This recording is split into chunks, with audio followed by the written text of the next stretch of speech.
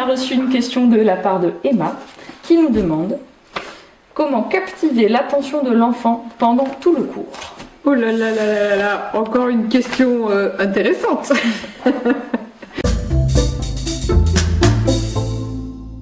On va redéfinir les mots. Captiver.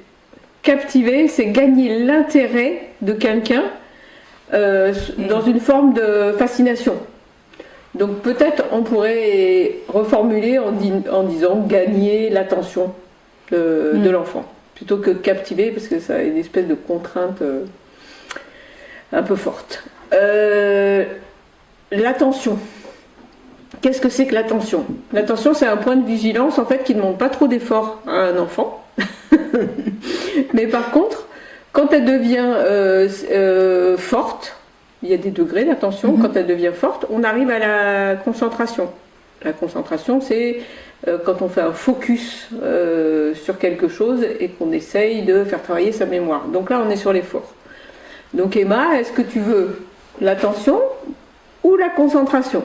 Voilà, parce que l'attention, ça va être possible. La concentration sur tout un cours qui dure 1 heure, on est sur du presque impossible.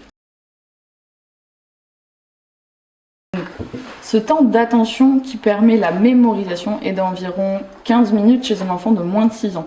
Et chez un adulte, ce temps-là, il est à peu près 20 à 30 minutes. Ok, donc on voit que c'est un peu court. Voilà, tout le reste du temps, les gens sont attentifs, mais ça peut être une attention qui n'est pas productive pour les apprentissages. Voilà. Donc comment faire? Alors moi, l'enseignant doit, ou le formateur doit rentrer dans les besoins de son public, les besoins de l'enfant, les besoins de l'adulte.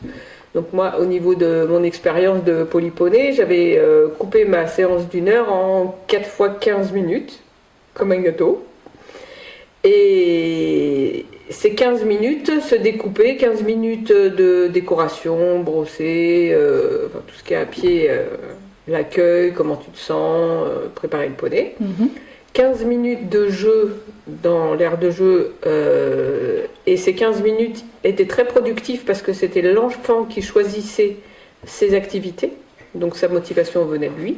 Même le parent, c'était pas lui qui décidait, c'était l'enfant. Parce que ça fait plus de 10 ans que je travaille avec cette pédagogie Montessori, que je transmets d'ailleurs. Et donc pour moi, c'est une des pédagogies vraiment très productives en termes de motivation interne. Les 15 autres minutes, c'était un petit peu une autre phase d'attention, c'est un petit peu une attention un peu plus tranquille, où on allait se promener dans les bois, on cherchait des animaux, on passait sur des dispositifs, voilà. Donc l'attention y était, mais elle était sur autre chose. Et les 15 dernières minutes, on re-rentrait dans le rond, on refaisait des jeux que les enfants choisissaient, encore une fois, et ensuite on décélait. Donc on voit que sur ces 4 fois 15 minutes, c'était non négociable au niveau des 15 minutes. Voilà, c'était réglé comme du papier à musique parce que l'enfant aussi a besoin de rituels. Et souvent, c'était eux qui disaient « ça y est, c'est l'heure d'aller se promener, ça y est, c'est l'heure de re-rentrer, etc. etc. » Oui, donc c'est très important pour eux en fait. Exactement. Et le rituel et le séquençage, le timing.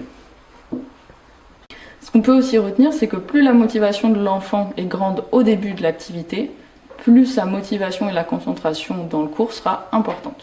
C'est ça.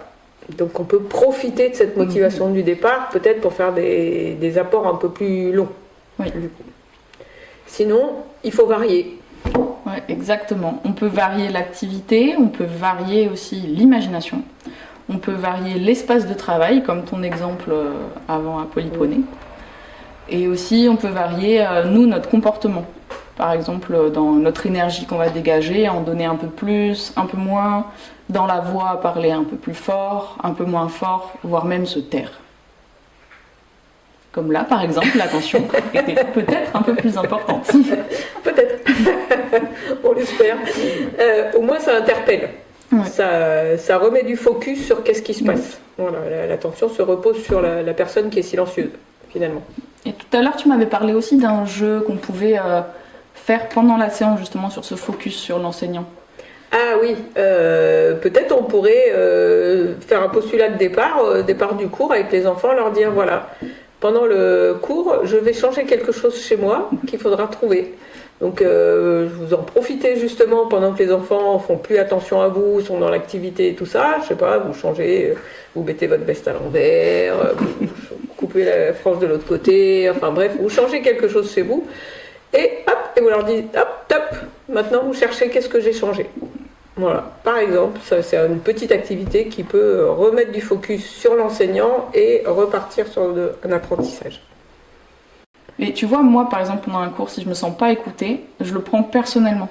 Je vais me dire, mince, mais on m'écoute pas quoi, ça va pas. Alors, d'un point de vue purement développement personnel, je t'inviterai à te poser cette question déjà. Qu'est-ce que tu ressens quand tu ne te sens pas écouté? Quel type d'émotion? Est-ce que c'est de la colère, de la tristesse, etc. Parce que ça t'appartient. Ça, c'est la première chose. C'est le côté de ton individualité. Quand tu es enseignante, tu es un individu et un professionnel. Le côté professionnel doit recevoir l'information, voir que les enfants décrochent ou les adultes décrochent, voilà. Accueillir ce décrochement, l'accepter, dire ah ouais, mince, ils ont décroché, et le prendre en compte. Et se demander qu'est-ce que je vais pouvoir, comme je suis le capitaine du bateau de mon activité, c'est à moi de trouver les solutions pour réaccrocher les petits marins à pagayer. Très jolie métaphore. Voilà. Donc ça c'est le côté professionnel. Donc, et c'est là où on va varier l'espace, notre histoire, l'activité, etc., etc. Par contre, ce que je me pose comme question, c'est est-ce que les cours tels qu'ils sont donnés en ce moment par les enseignants, est-ce qu'ils répondent aux besoins des enfants et des adultes d'ailleurs? Parce que le temps de détente est assez court, le temps du corps de la séance est un peu long. Et du coup, est-ce qu'à l'intérieur de ces temps de séance, on ne pourrait pas mettre une petite récré? Des petits moments où le cavalier peut digérer les informations. Voilà. Ces temps-là aussi, souvent, on veut absolument occuper, quand les cavaliers passent un par un, on veut absolument occuper les autres. Peut-être aussi, c'est des périodes de digestion. Voilà, ça il faut l'expliquer aux parents, sinon ils vont râler. Voilà. Et autre question aussi que je peux poser à tous les stagiaires que j'ai formés, est-ce que vous m'avez écouté? Est-ce que vous avez été attentif finalement pendant tout le cours? Ou est-ce que vous avez décroché, raccroché, décroché, raccroché? Moi je suis complètement en formation OK pour ça, que les stagiaires décrochent, raccrochent. Voilà, parce que je sais justement que suivant les gens, ils ont des temps d'attention un petit peu modulables. Et l'important, c'est comment je vais faire pour raccrocher mes wagons à mon train, ou mes petits marins à mes pagaies. Voilà. C'est très intéressant. Pour rappel, nous avons quelques petits mots de conclusion que nous avons déjà dit dans notre ancienne vidéo. Le premier, c'est écouter. Écouter, ça veut dire accueillir. L'accueillir, puis l'accepter. Puis le prendre en compte. Et enfin, trouver une solution. Et la solution, faites-vous confiance, vous l'avez en vous, il n'y a pas de souci, vous avez toutes les compétences pour y arriver. Et voilà, c'est comme ça que nous on fait.